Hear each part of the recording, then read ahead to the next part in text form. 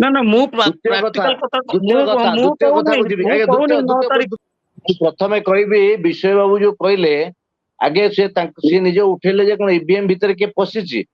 ତାପରେ ସେଇ ପୁଣି ବର୍ତ୍ତମାନ କଥା ଦୋହରେଇଲେ ଯେ 9 ତାରିଖ ଦିନ କୁଆଡେ ବିଜୁ ଜନତା ଦଳ ସରକାର କରିବ ଇଏ ମଧ୍ୟ ଜାଣିପାରିଲେ। ନା ନା ମୁଁ ଦ୍ୱିତୀୟ କଥା ପ୍ରାକ୍ଟିକାଲ କଥା ଦ୍ୱିତୀୟ କଥା ମୁଁ ଦ୍ୱିତୀୟ କହୁନି କଥାକୁ ଯିବି ମୁଁ ଆଜ୍ଞା କହୁନି 9 ତାରିଖ ଦ୍ୱିତୀୟ ପ୍ରସଙ୍ଗ ହଁ ଦ୍ୱିତୀୟ ମୁଁ ପ୍ରସଙ୍ଗକୁ କହୁନି ଯିବି 9 ତାରିଖରେ ସେମାନେ ସରକାର ଗଢିବେ ମୁଁ କହିଲି 9 ତାରିଖରେ ଯଦି ସେମାନେ ସରକାର ଗଢିବେ ତ ଆପଣଙ୍କୁ ସୁଯୋଗ କୋଉଠୁ ମିଳିବ 10 ତାରିଖରେ ସରକାର ଗଢିବା ପାଇଁ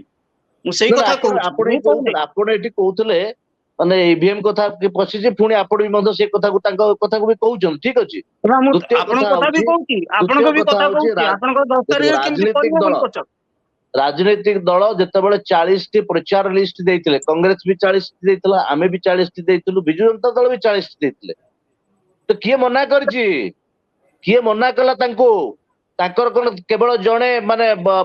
ମୁଖ୍ୟମନ୍ତ୍ରୀ ନବୀନ ବାବୁ ଜଣେ ଆଉ ତାଙ୍କର ଜଣେ ଆମଦାନୀ ନେତା ତାମିଲନାଡୁ ତା ଓଡିଆ ନେତା କେହି ନାହାନ୍ତି କି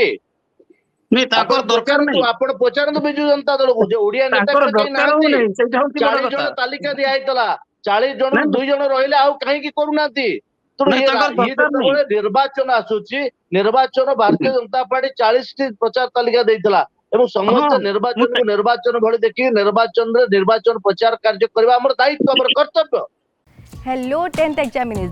आपण मैंने एमती एक स्कूल खोजुंट कि जो इंटीग्रेटेड कोचिंग पाइपर तेज टीएससी गुरुकुल जोग दिंतु जहाँ एकेडमिक लर्निंग पार्टनर फिजिक्स वाला सहित अनुमोदित कॉल 9438782020।